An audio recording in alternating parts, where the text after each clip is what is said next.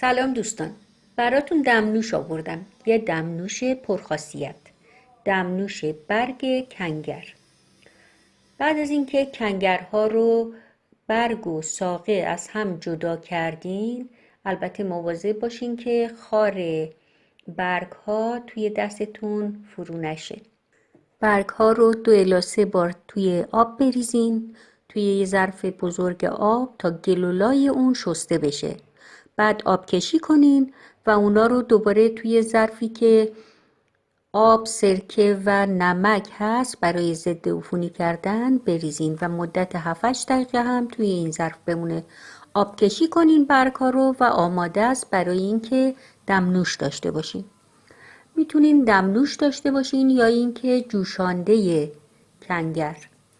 من امروز ترجیح میدم که دمنوش داشته باشم.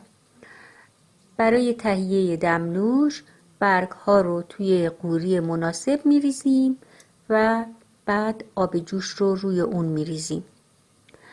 اما برای جوشانده شما کافیه که برگ ها رو توی ظرفی که بتونین روی حرارت بذارین بریزین و روی اون مقدار مناسب آب بریزین و بعد اونو مستقیم روی حرارت بذارین.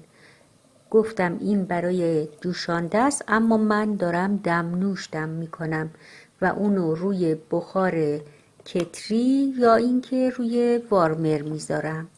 آبی که الان روی برگ ها ریختم آب در حال جوشه.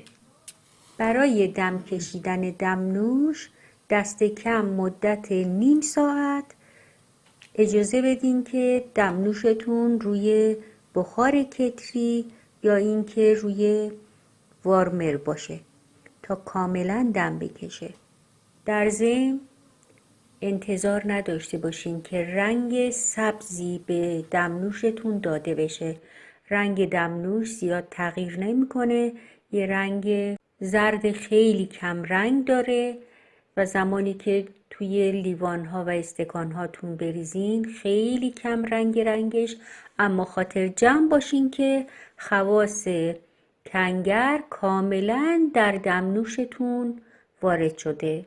کنگر خواص زیادی داره که از اون جمله مناسب برای تقویت قلب، دستگاه هاضمه و گوارش، کمخونی های بعد از عمل جراحی و مقابله با یرقانه. دوستان سعی کنید در طی روز چای و قهوه کمتری استفاده کنین و به جای اون از دمنوش‌های مختلف که مفید برای سلامتیتون هستن استفاده کنین. خدا نگهدارتون.